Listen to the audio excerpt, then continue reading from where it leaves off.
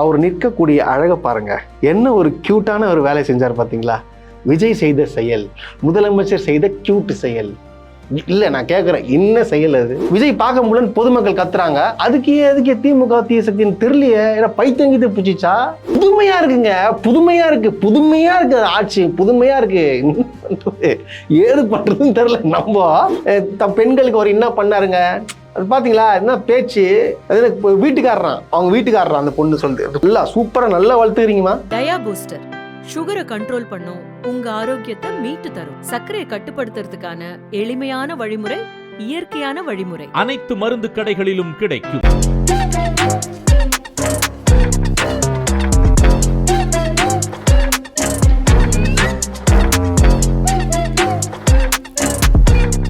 அனைவருக்கும் வணக்கம்.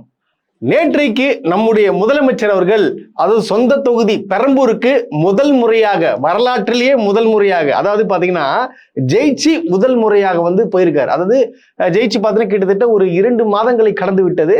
2 மாதங்களுக்கு பிறகு தன்னுடைய சொந்த தொகுதிக்கு போறார். ஸோ அதுக்காக பார்த்தீங்கன்னா வழி நெடுக காட்டு மல்லி மாரி வழி நெடுக அப்படியே கிட்டத்தட்ட ஒரு பல லட்சம் சொல்றாங்க. அது என்னன்னு சொல்லிட்டு தெரியல. ஆனா பார்த்தோன்னா நிக்கிறாங்க. அதாவது மதியானத்துல 1 மணில கிட்டத்தட்ட ஒரு 4 மணி நேரமா நின்றுந்தாங்க.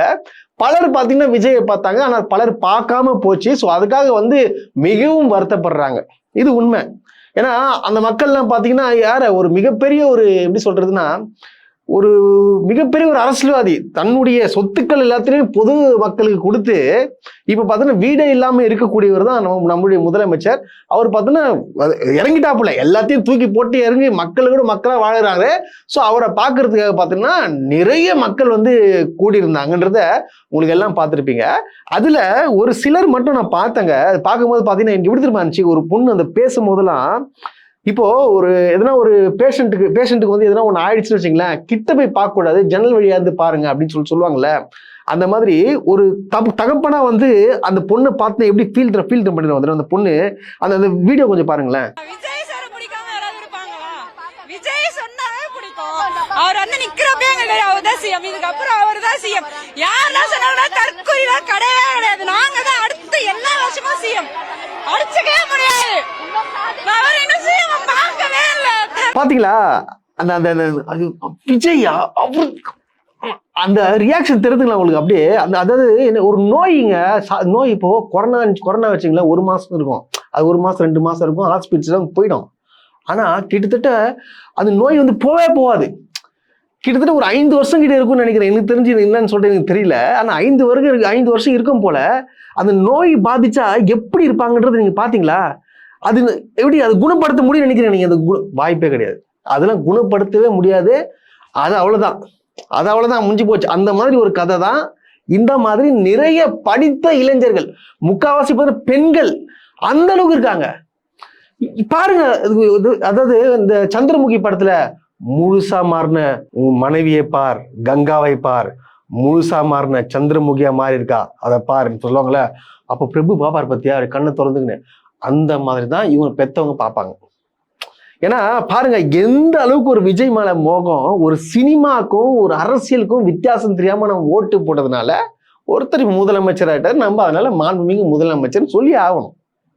வேற எதுவும் நம்ம சொல்லக்கூடாது. அவர் நம்மளுக்கு முதலமைச்சர், வேற வழி இல்லை. இந்த மாதிரி தற்குறிகளால ஓட்டு போட்டு ஒரு முதலமைச்சரா இருக்காருன்னு வேற என்ன பண்றது? நம்ம ஏத்துக்கிட்டு தான் ஆகணும். வாய் எல்லாத்தையும் மூடிக்கின்னு இவன் பார்த்து தான், வேற ஆப்ஷன் கிடையாது. சரி, இந்த பொண்ணு இந்த பக்கம் இப்படி விட்டுருங்க. இன்னொரு பொண்ணை பார்த்தீங்கன்னு வச்சுங்களேன், அது வர்ணிக்குதுங்க. அப்படியே பூ போல மென்மையா. அது பாத்தீங்களா எவ்வளவு அழகா? அந்த ஸ்மைல் பாத்தீங்களா எவ்வளவு அழகுங்க? அப்படியே நிலா இருக்குல்ல, நிலா, அந்த வர்ணிப்பு. ஐயோ, பாருங்க, வீடியோ பாருங்க. எப்படி அவர் இவ்வளவு அழகா இருக்காருன்னு எங்களுக்கு சத்தியமா தெரியல. ரொம்ப அழகா இருக்காரு. ஒரு நிலாவெல்லாம் நம்மளால நேர்ல பார்க்கவே முடியாது. ஆனா நாங்க நிலா அவரை பார்த்துட்டோம். அது ரொம்ப கஷ்டமா இருந்தது. டக்குன்னு எங்களால பார்க்க முடியல. அவர் பின்னாடியே நாங்களாம் போறோம், ஆனா எங்களால பார்க்கவே முடியல அவரை. கண்டிப்பா நாங்க அவளை பார்ப்போம். இந்த இடத்துல நாங்க எப்படியாவது ட்ரை பண்றோம். அவர் பேச நாங்க பார்த்தாலே எங்களுக்கு போதும். அதுக்காக இவர் ஓட்டு போட்டிருக்காங்க. ஏங்க நம்ம என்னங்க நினைப்பா நம்மள இப்படி இருக்கிறாங்க பாருங்க. ஒரு ஒரு அழகா இருக்காரு, எவ்வளவு கியூட்டா. நான் இல்ல இந்த மாதிரி ஆட்களை நம்ம என்ன பண்ணலாம் நீங்க சொல்லுங்க. ஒரு மனசாட்சி தொட்டு நீங்க சொல்லுங்க. பல திட்டங்கள் கொண்டு வந்து பல திட்டங்கள் நிறைவேற்றி மக்களோட மக்களாக வந்து மக்களுக்காக சிறை சென்ற ஒருத்தர் வந்து முதலமைச்சராக வந்தார். நான் ரைட்டு நீங்க சொல்லலாம். ஆனா கியூட் அழகு, அதுக்கு ஒரு சினிமாலே இருந்திருக்கலாமே. எதுக்காக ஒரு அரசியலுக்கு கொண்டு வந்து தமிழ்நாடை தூக்கி கொடுத்து இந்த மாதிரி பண்றீங்க? நீங்க கொஞ்சம் குழாவுங்க. தமிழ்நாடு பொதுமக்கள் என்ன பண்ணுவாங்க? ஸோ அதனை கேள்விக்குறியா நிக்குது. ஸோ இந்த மாதிரி இருக்குச்ச நிறைய பேர் என்ன பண்றாங்கன்னா, விஜயை பார்க்க வந்துட்டு மதிக்காம போயிட்டு என்ன சொல்றாங்கன்னா, அவங்க கரெக்டாக கேட்க ஆரம்பிச்சிட்டாங்க. ஏங்க நான் ஓட்டு போட்டேன், நான் பார்க்கணும். அவர் தினாங்க அவர் தனியா வந்து ஒரு சந்துக்குள்ள போயிடுறாரு. அது பார்த்தீங்கன்னா அவர் நடந்து வரும்போது லெஃப்ட் ரைட்டு எதுவுமே வந்து தெரியக்கூடாதுக்காக என்ன பண்ணாங்க, ஒரு வெள்ளை கலர் துணியை போட்டோ இதை போட்டு கட்டி வச்சு கிட்டத்தட்ட ஒரு 1/2 கிலோமீட்டருக்கு கட்டி வச்சிருக்காங்க. அதுக்குள்ளதான் பார்த்தீங்கன்னா ரன்வே நடக்கிற நடைபாதை. அதுக்குள்ள நடந்து போனா அங்கிற மக்கள்லாம் வந்து மேலே கை காட்டு இப்படி போறாரு. ஸோ வந்து அப்போ வெளியில ரோட்ல இருந்தவங்களாம் எப்போ பார்ப்பாங்க விஜய? ஸோ விஜய்ன்ற ஒரு நடிகர், ரொம்ப ஃபேமஸான நடிகர், ஒரு வாட்டி பார்த்துடணும் அப்படின்ட்டு நிறைய பேர் வந்து கடுப்பாயிட்டு நிறைய திட்டு போறாங்க. இப்படி வந்து கட் பண்ணி ஜனங்க என்ன சாப்பிடுவாங்க? எதை நம்பி ஓட்டு போட்டாங்க ஜனங்க?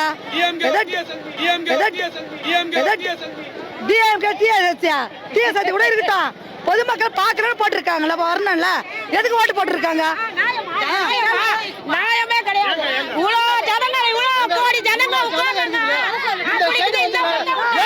ஆனா ஒருத்தங்க வந்து ஆதங்கள் சொல்றாங்க, அங்கேருந்து ஒருத்தன் ஏதாவது சொல்ற போறான்னு சொல்லிட்டு திமுக ஒரு தீய சக்தின்னு சொல்லிட்டு போறான். அதாவது அவங்க கேட்கறது என்ன, இந்த மாதிரி என்னால வந்து விஜய பார்க்க முடியல அப்படின்னு சொல்றாங்க. ஆனா அந்த பக்கம் வந்து ஒருத்தன் திமுக ஒரு தீய சக்தி. எதுக்குடா இதுக்கேடா திமுக ஒரு தீய சக்தி? ஏடா விஜய் பார்க்காம போனா, விஜய் பார்க்க முடியலன்னு பொதுமக்கள் கத்துறாங்க, எதுக்கு திமுக தீய சக்தின்னு தெரியலையே. ஏன்னா பைத்தங்கிட்டு பிடிச்சிச்சா? ஏடா மென்டலடா நீங்க? டேய் சோறு தானே சாப்பிட்ற, உன்னை என்ன சொல்றது? உன்னை என்ன பண்ற? நம்ம வந்து வேற மனக்குமுறல் தான் கொட்ட வேண்டியது இருக்கு தவிர நம்ம வேற ஒண்ணுமே பண்ண முடியாது. ஸோ இப்படி இருக்கச்ச இது ஒரு காமெடி கேளுங்க. அதாவது விஜய் போனாப்புலையா அங்க ரேஷன் கார்டெல்லாம் வந்து கொடுத்தாங்கல்ல, ரேஷன் கார்டெல்லாம் கொடுத்துட்டு அந்த ரேஷன் அரிசி எப்படி எடை போடுறாங்க அப்படின்றத உற்று நோக்கி பார்க்குறாப்புலையா. அதுவும் நியூஸ் சேனல்ல போடுறான். அவர் நிற்கக்கூடிய அழகை பாருங்க, என்ன ஒரு கியூட்டான ஒரு வேலை செஞ்சார் பார்த்தீங்களா? விஜய் செய்த செயல், முதலமைச்சர் செய்த கியூட் செயல். இல்லை நான் கேட்குறேன், என்ன செயல் அது?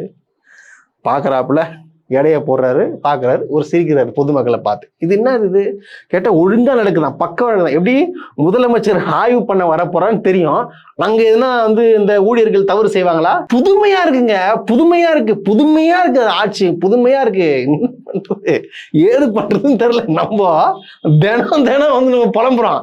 ஆனா கீழே நம்மள என்ன சொல்லிட்டு போறான்? போட 200 ரூபாய், போட 200 ரூபாய் ஊப்பி, போட 200. டேய் 200 ரூபாய் தரதுலடா யாருமே எங்களுக்கு, நீங்க வேணா போட்டு விட்றா, போட்டு விட்டு நீ திட்டு. அது 200 ரூபாய் ஊப்பி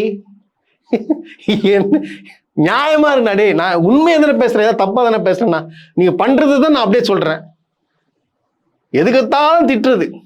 திட்டாத, கொஞ்சம் எதுக்கு சொல்றேன்னு சிந்தி கொஞ்சம் மைண்ட்ல ஏத்திக்கோ. நாங்க சொல்றது தயவு செய்து கொஞ்சமா மைண்ட்ல ஏத்திக்கோங்க. அது போக நம்மளுக்கு என்னன்னா, நம்ம வந்து எதனா ஒரு விஷயத்த பார்த்தோம்னு வச்சுக்கலாம், நம்மளுக்கு மனசு கொஞ்சம் கஷ்டமாயிடும். ஏன்னா நம்ம என்ன பண்ண, நம்ம படைப்பு அந்த மாதிரி. எவனாச்சும் எதனா ஒரு கஷ்டப்பட்டாலும் எதனா ஒரு வீடியோ பார்த்தாலும் நம்மளுக்கு வந்து ரொம்ப ஓவரா ரியாக்ட் பண்ண ஆரம்பிச்சிடும். நான் அந்த மாதிரி நேற்று நான் பார்த்தேன் ஒரு வீடியோ, சமூக வலைத்தளத்தில் இந்த வீடியோ வந்து வைரல் ஆகிட்டு இருக்கு. விஜயை எங்கள் அண்ணன், என் குலசாமி அப்படின்றவங்க கண்டிப்பாக அந்த கட்டாயமாக இந்த வீடியோ நீங்கள் கண்டிப்பாக பார்க்கணும்.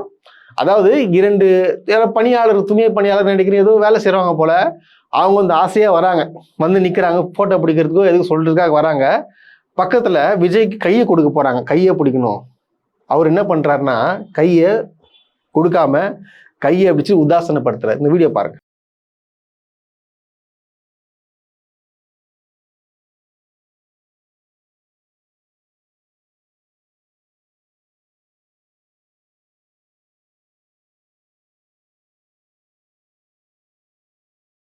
அப்பயும் என்ன பண்றாங்க, அந்த பொண்ணு வந்து பக்கத்துல இருக்கிறாங்க பாத்தீங்கன்னா, அவங்க கை கொடுக்க வரும்போது அப்புறம் முதல் போலீஸ் பாதுகாவலர் இருப்பாங்க பாத்தீங்கன்னா, அவங்க தடுத்து நிறுத்துறாங்க. இப்போ நான் கேட்குறேன், அந்த பக்கத்துல இருந்த பெண்ணு எனக்கு பிடிச்ச ஒரு நடிகர், எனக்கு ரொம்ப ரொம்ப பிடிச்ச நடிகர், ஒரு வாட்டி இந்த போட்டோ எடுக்கணும், நான் கை கொடுக்கணும் அப்படின்னு சொல்லிட்டு வரக்கூடிய பெண்ணு என்ன நினைப்பாங்க? இப்போ அந்த பெண் மனசுல என்ன தெரியுமா இருக்கும்? ஒரு தாழ்வு மனப்பான்மை ஏற்பட்டிருக்கும். சே, நம்மலாம் வந்து கை கொடுக்கலாமா, அவளாம் எவ்வளோ பேர் ஆளு, நம்மளாம் என்ன ஏழைங்க, நம்ம கையெல்லாம் பிடிப்பாரா? அந்த மனநிலை இருக்குமா இருக்காதா? நீங்க சொல்லுங்க. நான் ஒரு மனசாட்சியோட பேசுறேங்க. இது வந்து பொய்யோ இல்லை வந்து திசை மாற்று திருப்பெல்லாம் கிடையாது, உண்மையே நடந்தது. இது நியூஸ்லேயே வந்துச்சு, இது வந்து எல்லா சமூக வலைத்தளத்திலும் வருது. நீங்க வீடியோ இன்னொரு அடிட்டு பாருங்க, ஒன்றும் தப்பு கிடையாது. ஏன்னா அந்த அளவுக்கு ஒரு மனவேதனைப்பட்டிருப்பாங்க. இதை விஜய் சார் ஒரு வேளை வந்து எப்படி எடுத்துட்டு இது பண்ணாருன்னு சொல்லிட்டு எனக்கு தெரியல. இதை அவரு இந்த வீடியோவை பார்த்தாருன்னா அவருக்கு புரியணும். இல்லைன்னு வச்சுங்களேன், திருப்பி வந்து அந்த பொண்ணு யாருன்னு கேட்டு அந்த பொண்ணு என்னால் வந்து மன வருத்தப்பட்டிருக்கோம், அவங்களை வந்து நேரில் வந்து என்னை பார்க்க சொல்லுங்கன்னு சொல்லிட்டு கை கொடுத்து ஒரு ஃபோட்டோ எடுக்கணும். நான் உண்மையாக கேட்குறேன், அந்த பொண்ணுக்காக நான் கையெடுத்து கும்பிட்டு கேட்குறேன், விஜய் சார் தயவு செய்து நான் சொல்கிறேன், அந்த பக்கத்தில் இருந்த பெண் பார்த்தீங்கன்னா ரொம்ப மன வருத்தப்பட்டிருப்பாங்க. தயவு செய்து அவங்கள வந்து நீங்கள் கூப்பிட்டு தனியாக கூப்பிட்டு கை கொடுத்து ஒரு ஃபோட்டோ எடுத்தோன்னா அவங்க நிம்மதியாக இருப்பாங்க. எனக்கு தெரியும் அந்த அசிங்கங்கள்லாம் எப்படி இருக்குன்றத நான் பார்த்துருக்கேங்க, நான் அனுபவப்பட்டிருக்கேன், எனக்கு அது புரியும். தயவு செய்து இது மட்டும் உதாசனப்படுத்துறாதீங்க. ஒருவேளை யாராச்சும் இந்த பார்த்துட்டு மேலிடத்துல கொண்டு போய் தயவு செய்து போய் சொல்லுங்க. இப்போ நேற்றைக்கு பார்த்தீங்கன்னா ஒரு பையனை, அதாவது நம்ம தமிழ்நாட்டை சேர்ந்த ஒருவர் குட்கா வழக்கில் வந்து கைது பண்ணி போலீஸ் கொண்டு போறாங்க. அங்க பாத்தீங்கன்னா விசாரணை பண்ணும்போது பார்த்தீங்கன்னா அவர் இறந்து போயிடுறாரு. காவல்துறை தரப்புல வந்து என்ன சொல்றாங்கன்னு பார்த்தீங்கன்னா, இல்ல அவருக்கு வந்து ஹார்ட் அட்டாக் வந்துச்சு, நாங்கள் விசாரிக்கும் போது நாங்கள் என்ன பண்றது அப்படின்னு சொல்லிட்டு சொல்றாங்க. இதை சாதாரணமாக எடுத்துக்கொள்ளப்படுகிறது யார்கிட்ட? தாவேக்கனு பொதுமக்கள்கிட்ட. இப்போ இது அஜித்குமார், உங்களுக்கு எல்லாருக்கும் தெரியும், அஜித்குமார் நிறைய பேர் லாக்அப் டெத் ஆயிருக்காங்க. அதுக்காக ஒரு போராட்டமே நடத்தினாங்க. யாரு? விஜய் தலைமையிலான போராட்டம். இதுக்கு பார்த்தோன்னா விஜய் அவர்களும் வந்து கலந்து கொண்டு அந்த போராட்டத்தில் கலந்துருந்தார். உங்களுக்கு எல்லாருக்கும் தெரியும் என்ன போராட்டம், என்னங்க லாக்அப் டெத் நடக்குது, என்னங்க இது காவல்துறை கொலை பண்றாங்க, அடிச்சு கொலை பண்றாங்க, என்னங்க அரசு அப்படின்னு கேள்வி கேட்டாங்க. அதுல அஜித்குமாருடைய மரணம் ஏற்பட்டுச்சு இல்லையா, அப்ப ராஜ்முகன் ஒரு ஸ்டேட்மெண்ட் விட்டுருந்தாரு. அதை ஃபர்ஸ்ட் நீங்க பாத்துருங்க. அதை அஜித்குமார் அவர்கள் டார்ச்சர் செய்யப்படும் இந்த வீடியோவை பார்க்கும் போதே மனசு பதறுது. இந்த வீடியோவை பார்த்துட்ட பிறகும் வாயை மூடிக்கிட்டு கள்ள மௌனம் காக்கக்கூடிய நடுநிலையாளர்களை பார்த்து நான் ஒரே ஒரு கேள்வி கேட்கிறேன். உங்க வீட்டு பையனுக்கு இப்படி ஒண்ணு நடந்தா நீங்க பேசுவீங்களா மாட்டீங்களா? நீங்களாம் போலீஸ்னே சொல்லிக்காதீங்க, முதல்ல நீங்க மனுஷங்கனே சொல்லிக்காதீங்க.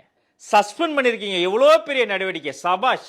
அதுல 5 பேரை மட்டும் கைது பண்ணிருக்கீங்க, ஏன் அந்த 6வது ஆளை கைது பண்ணல? யாரை பாதுகாக்க ட்ரை பண்றீங்க? மாண்புமிகு முதலமைச்சர் மு.க. ஸ்டாலின் அவர்களே, உங்களுக்கு குறைந்தபட்ச மனசாட்சியும் தார்மீக உணர்வும் இருந்தா தயவு செய்து ரெசிக்னேஷன் கொடுத்துட்டு வேலையை விட்டு வெளில போங்க முதலமைச்சர் அவர்கள். பாத்தீங்களா? சோ என்ன சொல்ல வர்றாரு பாருங்க, பதவி விலகு. மு.க. ஸ்டாலின் தயவு செய்து பதவி விலகுங்க. இப்ப நான் சொல்லட்டுமா, விஜய் சார் பதவி விலகுங்க. ஏன்னா அவர் குட்கா வழக்கில் கைதானது தவறுதான், அது இன்னும் எப்படி சாவார் அவரு? ரெண்டும் ஒரே உயிர் தான், ரெண்டும் மனுஷன் தானேங்க. அஜித்குமார மனுஷன், இவர மனுஷன் தானேங்க. அவர் எப்படி இறப்பாரு? அப்ப என்ன நடந்துச்சு?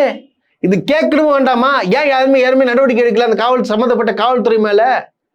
சொல்லுங்க. எதுவும் பேசவே இல்லையே, வாயை திறந்து பேசவே இல்லையே. ராஜ்மோகன் சார் எங்க இருக்கீங்க சார்? காணோம். ஒரு வீடியோ போடுங்க பார்க்கலாம். இப்போ என்னையா இது? உங்களுக்கு ஒரு நியாயம், மற்றவங்களுக்கு ஒரு நியாயமாயா? இதான் மாற்றமா? நீங்க வந்து அப்போ எதிர்கட்சி ஒரு பேச்சு, இப்போ ஒரு பேச்சு, அப்போ ஒரு பேச்சு, இப்போ ஒரு பேச்சு, இப்படியே பேசல எப்படி? எனக்கு புரியலையா இது?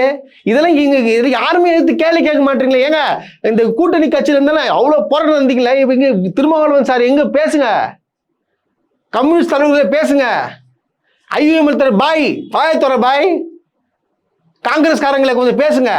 எங்க பேசவே மாட்டீங்க? பேசுங்க, இது கேள்வி கேளுங்க. ஒரு கேள்வி கேட்கல.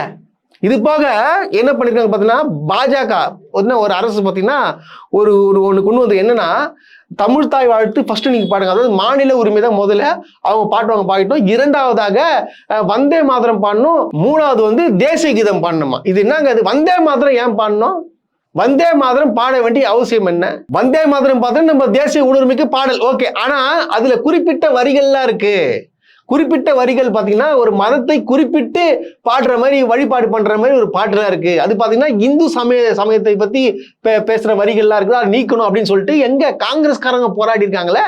இப்ப காங்கிரஸ் முடியாதுன்னு சொல்லுங்க, அறிக்கை விட சொல்லுங்க. தமிழ்நாடு காங்கிரஸ் தலைவர் மாணிக் தாக்கூர் கொஞ்சம் அறிக்கை விடுங்க. ஏன் டிவிக்கு அமைதியா இருக்கு? எனக்கு புரியலையே அது. எதிர்த்து பேசுங்க. ஏங்க மாநில ஒரு மாநிலத்துக்காக தமிழ் தாய் வாழ்த்து பாடுறது முக்கியம் இல்லை. வந்தே மாதரம் பாட்டு ஏன் பாடணும்? இப்போ திடீர்னு ஏன் பாட சொல்றீங்க? என்னது இப்போ பிஜேபி வந்து அப்போ இப்போ தெரிஞ்சுங்களா? அதாவது இணக்கமா, அதாவது எந்த பிரச்சனையும் இல்லாமல் அவங்க சொல்றதெல்லாம் கேட்டுக்கின்னு நாங்கள் வந்து அப்படியே ஆட்சி நடத்திடலாம்னு சொல்லிட்டு பிளான்ல இருக்குங்க. ஏன் விஜய் ஒன்றும் வாயை திறக்கல? ஏன் ராஜ்மோகன் சார் நீங்கள் ஏன் எதுக்கும் வாயை திறக்க மாட்டீங்க? பேசுங்க. ஏன் பேச மாட்டீங்க? இதெல்லாம் வந்து யோசிக்க வேண்டிய விஷயமா இருக்குல்ல. இது ஒன்னொன்னும் அதாவது ஒன்னொன்னு வித்தியாசமா இருக்குது. அதாவது பாத்தீங்கன்னா எல்லாமே அதாவது ஓட்டு போட்ட மக்கள் நினைச்சது வேற, இப்போ நடக்கிறது வேற. ஸோ அந்த மாதிரியான ஒவ்வொரு விஷயமும் தமிழ்நாட்டில் நடந்துட்டு இருக்கு. எல்லாருமே சிந்திக்கணும், உற்று கவனிங்க. இப்போ அரசியல் என்ன நடக்குது, எப்படிலாம் ஒரு மாற்றத்தை கொண்டு வரணும்னு சொல்லிட்டு என்னென்னலாம் பண்றாங்க அப்படின்ற அந்த மாற்றத்தை பாருங்க. விஜய் நேத்து வந்து பிளாக் கலர் கோட் வந்து போட்டு வந்தாரு, இன்னைக்கு ஒயிட் கலர்ல வராரு. ஷர்ட் பாரு, மெரூன் ஷர்ட். அந்த ஹேர் ஸ்டைல் கொஞ்சம் தூக்கி இருக்காரு.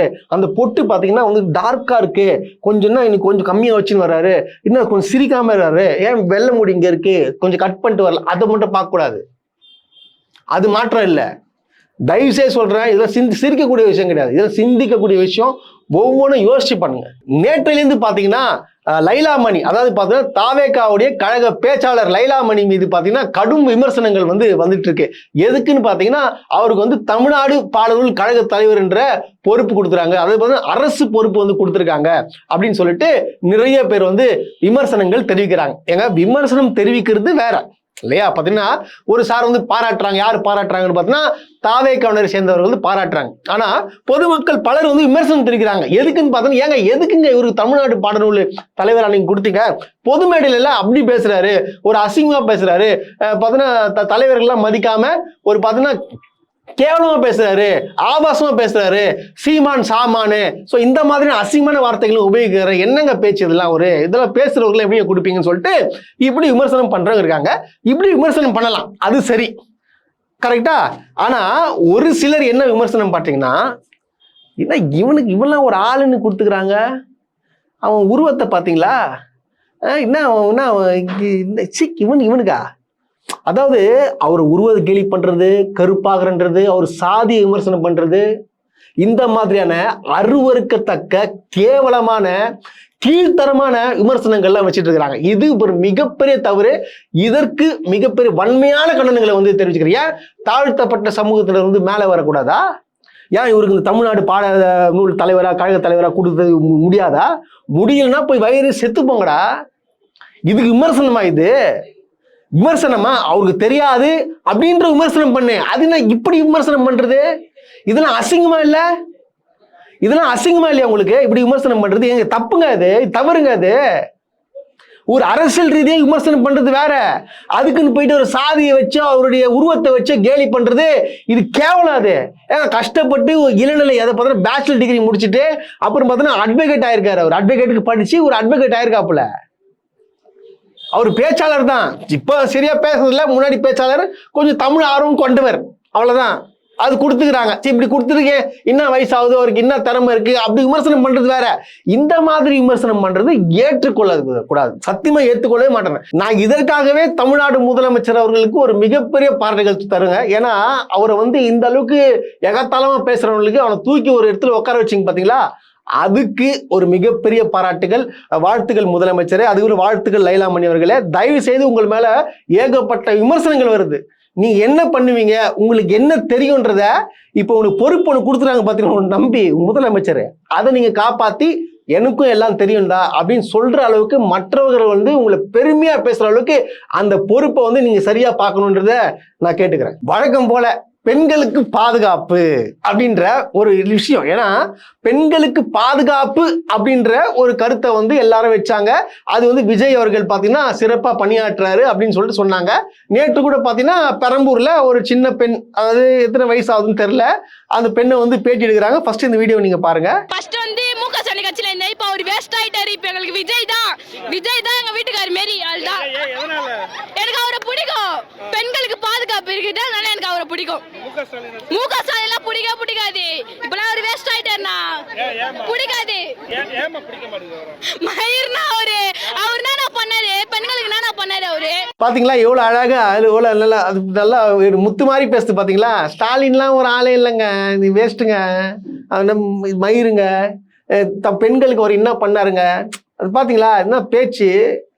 அது வீட்டுக்காரரான், அவங்க வீட்டுக்காரரான் அந்த பொண்ணு சொல்லுது. அந்த பொண்ணு சொல்லுது வீட்டுக்காரரு.